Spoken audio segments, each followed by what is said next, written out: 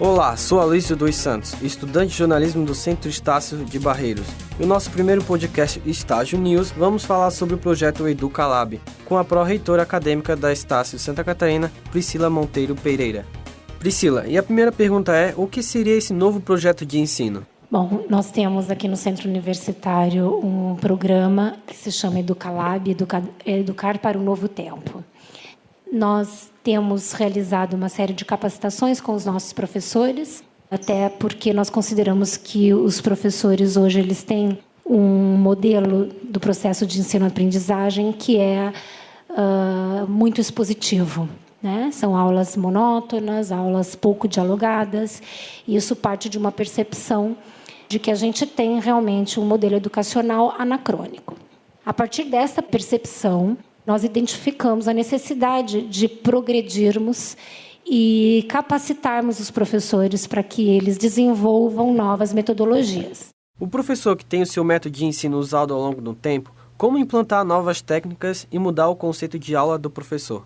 Os professores eles tiveram modelos durante a sua formação que eles hoje reproduzem, né? Que é o modelo do ensino médio e também superior, que é o modelo da aula expositiva. Então, para eles, esta é a única forma de ensinar. É assim que eles desenvolveram a sua profissão na docência. É muito difícil, portanto, para um profissional que vem desde longa data exercendo a sua profissão de uma determinada forma, modificar o ato de ensinar. Então, ele precisa reformular o seu modo de pensar e agir pedagógico. Então, nós, como instituição de ensino superior, nós precisamos dar a esses professores condições deles pensarem diferente e transformarem na prática o seu modo de ensinar. Então, nós precisamos fazer uma revolução do processo de ensino-aprendizagem e, para isso, nós não podemos simplesmente exigir do professor que se transforme, que modifique totalmente o seu modo de operar dentro de sala de aula. Nós verificamos, então, a necessidade de construir um projeto, estruturar um projeto, né, por etapas, começando, então, pela sensibilização deste professor. Então, nós necessitamos que ele, juntamente com a instituição, perceba a necessidade de modificar o seu modus operandi e se abrir para novas metodologias didático-pedagógicas. Os alunos de hoje, podemos dizer a geração Z, representam um grande desafio dos professores. Desde muito cedo, têm acesso a mais diversas tecnologias e faz com que a dinâmica dentro da sala de aula mude, dificultando a aula do professor porque o aluno está focado no smartphone e nas redes sociais. O que fazer para tornar a aula do professor mais atraente? Fazer com que o aluno se interesse mais pela matéria dada pelos professores? As aulas estão menos interessantes do que aquilo que o aluno visualiza no celular. Então, nós precisamos desconstruir o modelo que tínhamos antes e reconstruir novas tipologias, novos modelos, novos métodos de aprendizagem. Então, se a gente for observar aí, existe uma pirâmide de um psicólogo muito interessante que ele analisa de que forma as pessoas aprendem e qual o nível de absorção do aprendizado, né? Como é que a gente consegue absorver o aprendizado a longo prazo? E ele estudou, né, e fez uma vasta pesquisa e chegou à conclusão de que o percentual de absorção da aprendizagem se dá, o maior percentual, né, a gente aprende muito mais de forma longeva quando a gente ensina. Então, aprendemos muito mais ensinando. Por quê? Porque existe o elemento do estudo, né, da assimilação e da repetição também. Em segundo lugar, a gente aprende muito mais fazendo. Quando a gente vai lá na base da pirâmide, ele diz assim, o nosso índice de absorção da aprendizagem é muito menor quando a gente lê e ouve. A gente aprende muito pouco, a gente aprende por um período de tempo muito pequeno. Por quê? Porque a nossa memória é limitada. Aprender muito mais fazendo o blog, construindo algo na prática, do que simplesmente ouvindo um professor aqui na frente falar da teoria da comunicação e etc.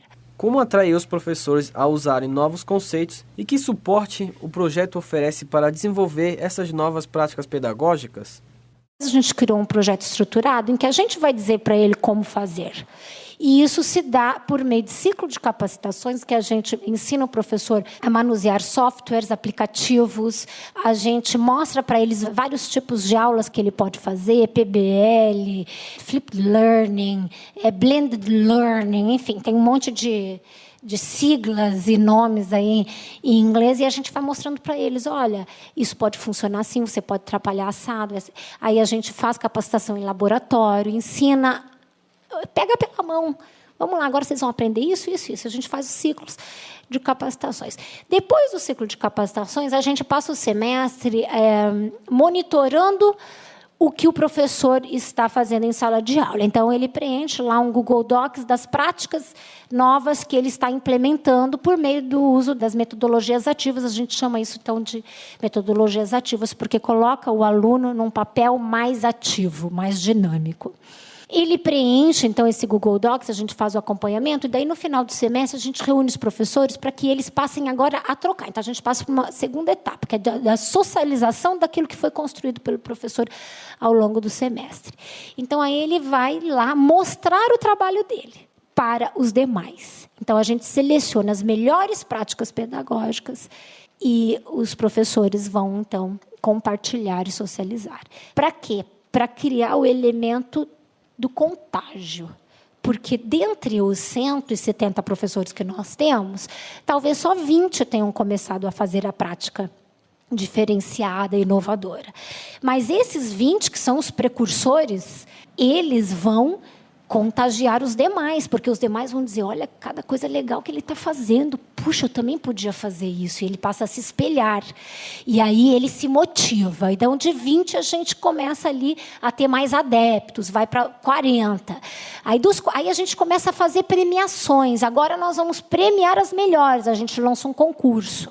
E aí, no final do semestre, a gente leva lá para o palco os que foram homenageados, considerados as melhores práticas. Na realidade, agora, nesse início de ano, quem escolheu as melhores práticas foram os próprios professores. A gente reuniu os professores por áreas, eles, ali formaram uma roda, falaram sobre as práticas, e cada grupo escolheu uma prática que eles consideravam a melhor. Aí, no dia seguinte, esses professores escolhidos foram apresentar para o grande grupo, então, para todos os demais professores. E saem ideias maravilhosas. Chegamos ao final do nosso primeiro podcast sobre Educalab. Dê uma olhada na nossa página, curta, façam críticas, comentem o que acharam do nosso blog, dê sugestões e até a próxima.